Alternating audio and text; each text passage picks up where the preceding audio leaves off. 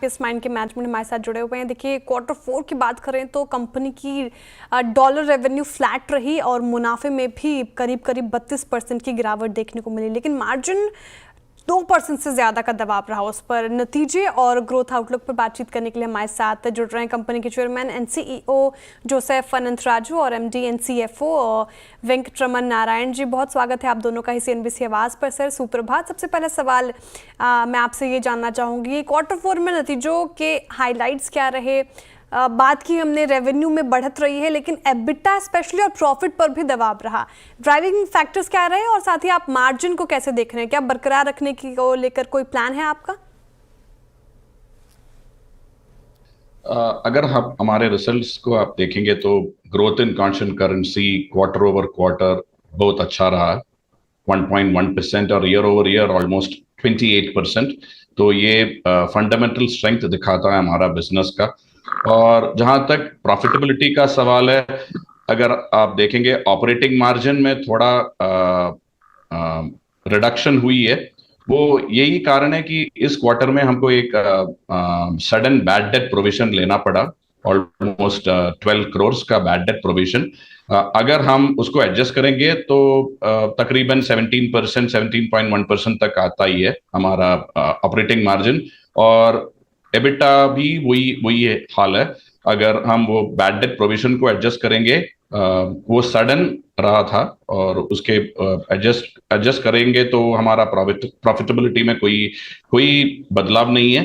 And the profitability for the year of 21.4% EBITDA is well with in the guided range of 20 to 22% जो हमने दिए थे साल के पहले में। और अगर आप एडजस्ट करेंगे तो हम तकरीबन 21.9% तक पहुंच जाते हैं वो बैड डेट, और that is at the higher end of the margin spectrum in terms of guidance. तो as far as profitability is concern, both operating margin and EBITDA on healthy grounds. और इसमें हम we are trying to only make sure that we improve this going forward from here. बिल्कुल sir. Joseph जी, मैं अब आपसे जानना चाहूंगी कि देखिए जनरेटिव एआई कारोबार में तो अच्छी बढ़त हमें देखने को मिल रही है। कंपनी की कुल रेवेन्यू में एआई का कितना योगदान है, कितना कंट्रीब्यूशन है, और अगले 2-3 साल के लिए क्या टारगेट रख रहे हैं आप?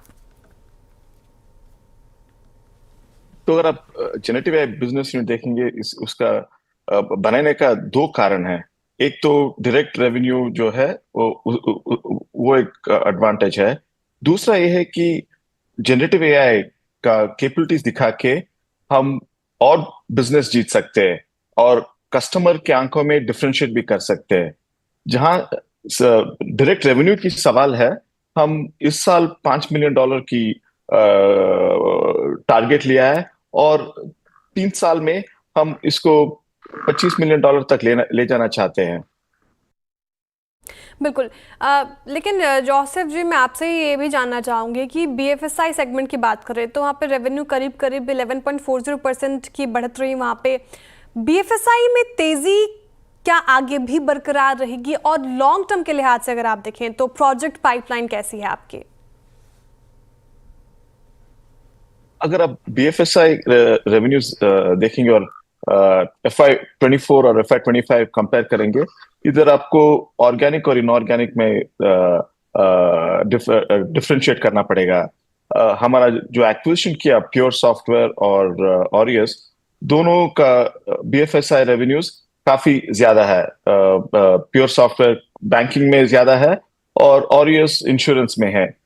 इसके अलावा हम ये देख रहे हैं कि बीएफएसआई का सेक्टर जो है उसमें ट्रैक्शन थोड़ा ज्यादा मिल रहा है, हेल्थ केयर और बीएफएसआई, और ये ट्रैक्शन FY26 में भी कंटिन्यू होना चाहिए।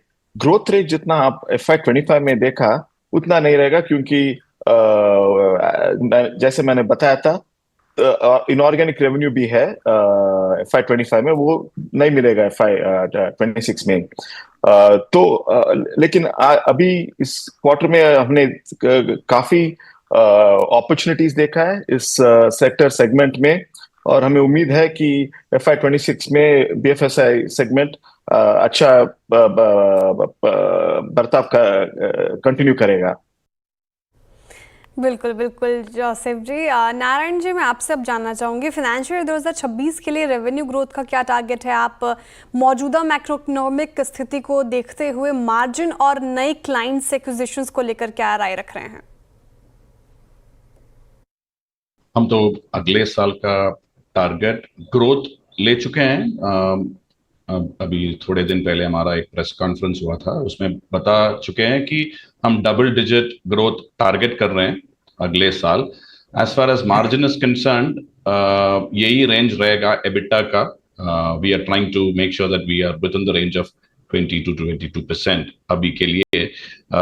There are quite a few ups and downs that we saw during the quarter, but hopefully stabilizing right now.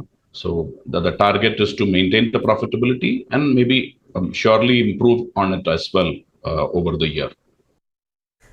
बिल्कुल, हाँ बिल्कुल, समय थोड़ा कम है, लेकिन बहुत शुक्रिया जोसेफ जी हमारे साथ जुड़ने के लिए, नारायण जी हमारे साथ जुड़ने के लिए और तमाम सवालों के जवाब देने के लिए बहुत शुक्रिया आपका CNBC आवाज़ को वक्त देने के लिए। All the very best for upcoming quarter sir.